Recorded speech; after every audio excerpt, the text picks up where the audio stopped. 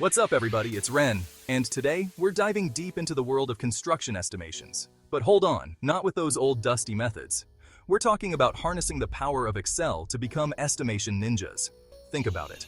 Accurate estimations are the backbone of any successful construction project. They determine your budget, your timeline, and ultimately, your project's success. But let's face it, manual estimations can be a total drag.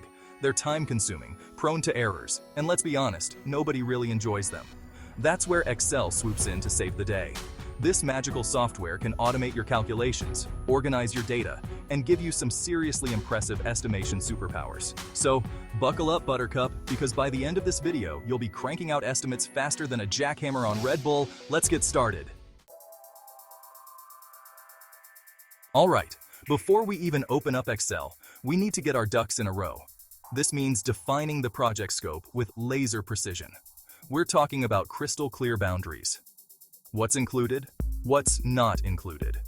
Think of it like drawing a line in the sand with a giant ruler. Next up, we need to nail down those project requirements. This is where we figure out exactly what materials, labor, and permits we need to make this project a reality. Don't be shy about getting into the nitty-gritty details here. The more specific you are in this stage, the more accurate your estimation will be. Trust me, it's way better to overestimate than to underestimate. Remember that time I tried to build that giant hamster wheel without proper planning? Yeah, let's just say things got a little out of hand. So, take it from me. Defining the project scope and requirements is like laying a super strong foundation for your estimation masterpiece. It's the essential first step to ensure you're not building on shaky ground. Now, let's open up Excel and start putting this plan into action. We've got our project scope and requirements locked and loaded, so now it's time to break down this beast of a project into smaller, more manageable chunks using a WBS or work breakdown structure. Think of this as creating a roadmap for our estimation journey. Start by identifying the major phases of your project, like demolition, framing, electrical, plumbing, and so on. Then, break each phase down into smaller, more specific tasks. For example, under framing, you might have tasks like framing walls, installing joists, or sheathing the roof. The key here is to get as granular as possible. The smaller the tasks, the more accurate your estimates will be. Plus, it makes the whole project feel less overwhelming, kind of like organizing your junk drawer. It's oddly satisfying. By the end of this step, you'll have a beautifully structured WBS that outlines every single step of your project. This bad boy will be our guiding light as we move on to the exciting part, quantifying our materials and labor. Now this is where the rubber meets the road, people. We're going to figure out exactly how much of each material we need and how much manpower it's going to take to get this project done. For each task in our WBS, we need to determine the quantities of materials required. This means busting out those measuring tapes, consulting those blueprints, and maybe even doing a little on-site reconnaissance. Precision is key here, people. Once we know how much of each material we need, we can start thinking about labor. How many hours will each task take? What kind of skilled labor do we need? Remember, time is money, so accurate labor estimations are essential. This step might require a little research and some good old-fashioned phone calls to suppliers and subcontractors. But trust me, the effort is worth it. Accurate material and labor estimations are the building blocks of a rock-solid budget. Alright folks, it's time to fire up Excel and transform our hard-earned data into a dynamic estimation spreadsheet. First things first, we need to create a clear and organized structure for our spreadsheet. This means separate sheets for our WBS, materials, labor, and of course our final cost summary. Next, we're going to unleash the magic of Excel formulas to automate our calculations.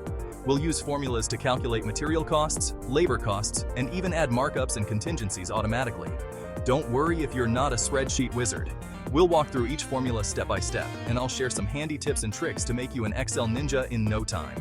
With our formulas in place, our spreadsheet will automatically update whenever we make changes. This means no more manual recalculations and less room for errors.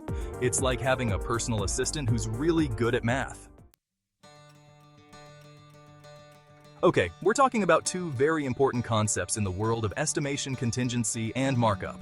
Contingency is all about planning for those unexpected costs that always seem to pop up. Think of it as a safety net for your budget.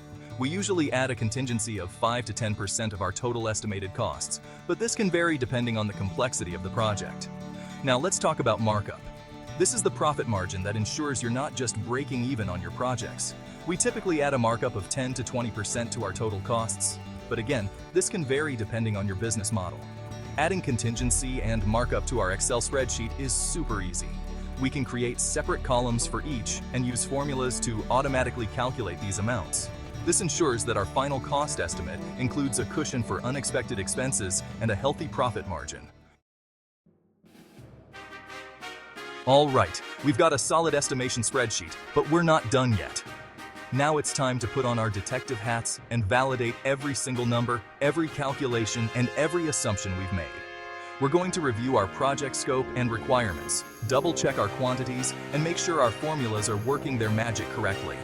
It's amazing how easy it is to miss a decimal point or transpose a number.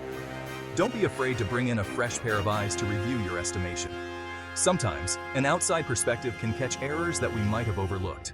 Remember, this is our chance to fine-tune our estimation and make sure it's as accurate as possible before we present it to our clients or stakeholders. A well-validated estimation will give you the confidence to move forward with your project, knowing that you've got your bases covered. We've reached the final stage of our estimation journey. With our meticulously crafted spreadsheet, we can now generate some seriously impressive reports and documentation. We can create detailed cost breakdowns, material summaries, labor schedules, and even professional-looking proposals for our clients. Excel allows us to customize these reports with our company logo, project details, and even fancy charts and graphs. Trust me, a well-presented report can make all the difference when you're trying to win over a client or secure funding for your project. But it's not just about impressing others. Proper documentation is crucial for keeping track of our estimations, making adjustments along the way, and learning from our past projects. It's like having a detailed record of our estimation journey that we can refer back to whenever we need it. So there you have it, folks. We've gone from estimation newbies to Excel power users, mastering the art of building estimations like pros. And there you have it, folks. You've made it to the end. Hopefully, you've picked up some awesome tips and tricks along the way to level up your estimation game. Remember, accurate estimations are like the secret sauce to a successful construction project. They keep your budget on track, your timeline running smoothly, and your clients happy campers. Now I know what you're thinking. Mark, this all sounds great, but what about those crazy, unexpected problems that always seem to pop up on construction projects? Well, my friends, even the best estimations can't predict every single hiccup. That's why it's so important to build in that contingency buffer. Think of it like your emergency fund for those oh snap moments. But hey, enough from me. I want to hear from you. What are your biggest estimation challenges? What tips and tricks have you learned along the way? Share your wisdom in the comments below, and let's keep this estimation party going. Until next time, stay curious, stay creative, and keep on building.